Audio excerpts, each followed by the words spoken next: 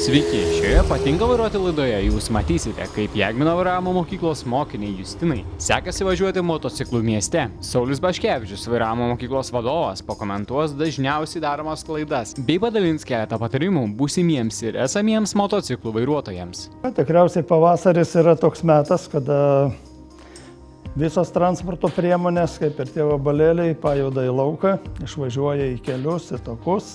Ir visiems norisi labai pajusti tą pavasarinį vėją, pajusti tą gaivą, kurią suteikia gamta. Todėl ir keliuose dabar jau vis matome daugiau transporto priemonių, kurios yra susijusios būtent su motociklų, triračių, keturačių, netgi mopedų, motorolerių eismu.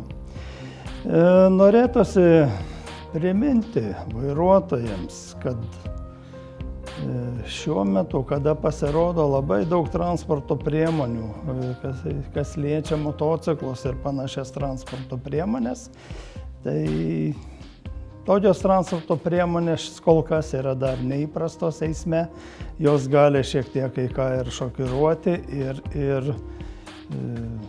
tokių papildomų suteikti nepatogumų kelyje, kadangi dviratės transporto priemonės yra žymiai judresnės, žymiai greitesnės, greičiau ir įvairiau manevruojančios kelyje, todėl vairuotojai, automobilių vairuotojai vėlgi turėtų šiuo metu atkreipti ypatingą dėmesį būtent į tokias transporto priemonės.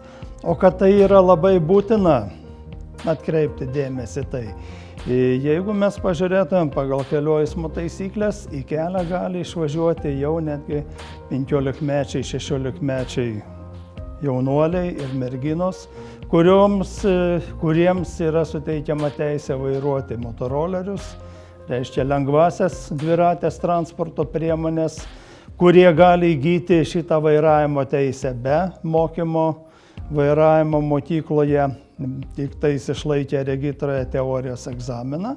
Taip, kad tokie eismo dalyviai yra tikrai padidintas pavojaus šaltinis, ne tik tiem patiems dalyviams, mopedistams, bet ir visų kitų transporto priemonių vairuotojams bei pėstiesiems.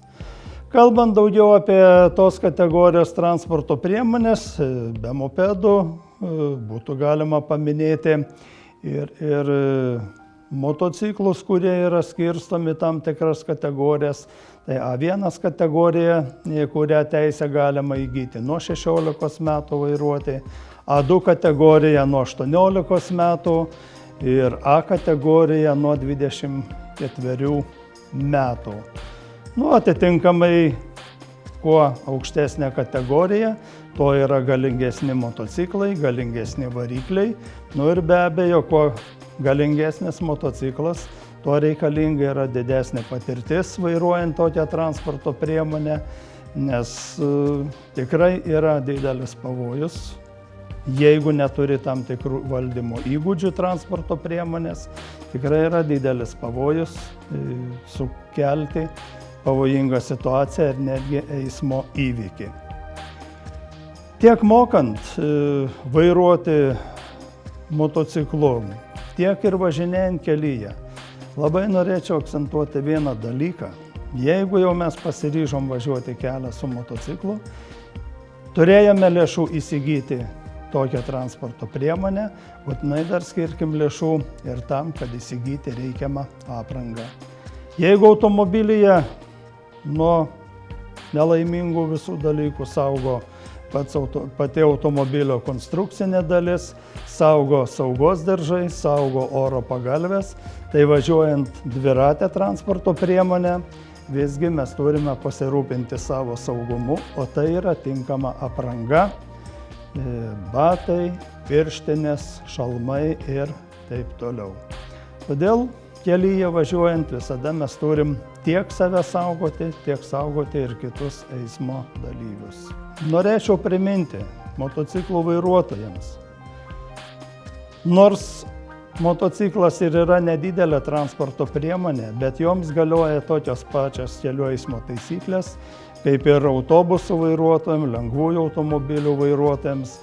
Tikrai nereikia užmiršti važiavimo eismo juostomis, neužmiršti reikia važiavimo bendram automobilių sraute, atliekant lenkimus, apvažiavimus, taip pat pagal kelių eismo taisyklės. Niekam nepaslaptis ir mes patys matome miestuose, kas darosi su motociklų mopedo vairuotojais, kada automobiliai sustoja prie draudžiamo šviesoforo signalo, o motociklus matome lendančius per tarpus automobilių, tam, kad jie atsistotų sankryžos priekyje prieš pat šviesoforus, kad jie galėtų kuo greičiau pajudėti, nuvažiuoti, lyg tai būtų kažkoks didelis svarbumo reikalas laimėti vieną ar kitą sekundę, kas tokiais atvejais kitą kartą atneša eismo įvykis, tai su rankenėlė automobilis nubrėžiamas yra, veidrodėlis nulaužiamas ir taip toliau, ir taip toliau. Taip pat važiuojant eisme svarbu motociklų vairuotojams žinoti ir tai, kad jie važiuodami eismo juostą taip pat privalo laikytis vienos ar kitos juostos dešinės pusės, kad nevažiuoti iš eismo juostos vieną ar kitą kraštą. Prieš sukant į kairę sankryžoje taip pat turime pasirinkti eismo juostos kairįjį kraštą, ne iš vidurio, ne nuo dešinio krašto sukti. Taip pat kalbant apie motociklų vairavimo ypatumus, tai vienas didelių pavojų yra gatvėse, tai šlapi kelio danga, ypatingai rudenį, kada pradeda lapai kristi, tai ant lapų slidžių užvažiavus, tai tas pats yra kaip ir ant suvažinėto sniego. Motociklas gali tapti nevaldomas, ir pasakoje neišvengsime griuvimo, susižalojimo ir taip toliau.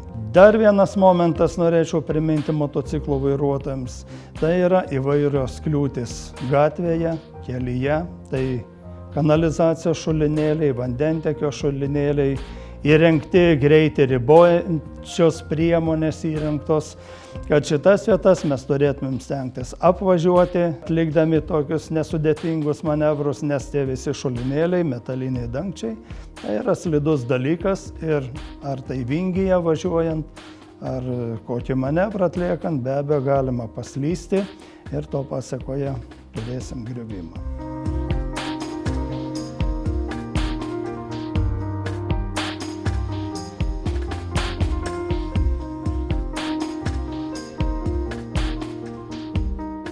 Jaučiuosi labai gerai, vairuoti sekasi irgi gan neblogai, aš sakyčiau. Čia reikėtų klausti tikriausiai instruktoriaus. O emocija būtų tokia.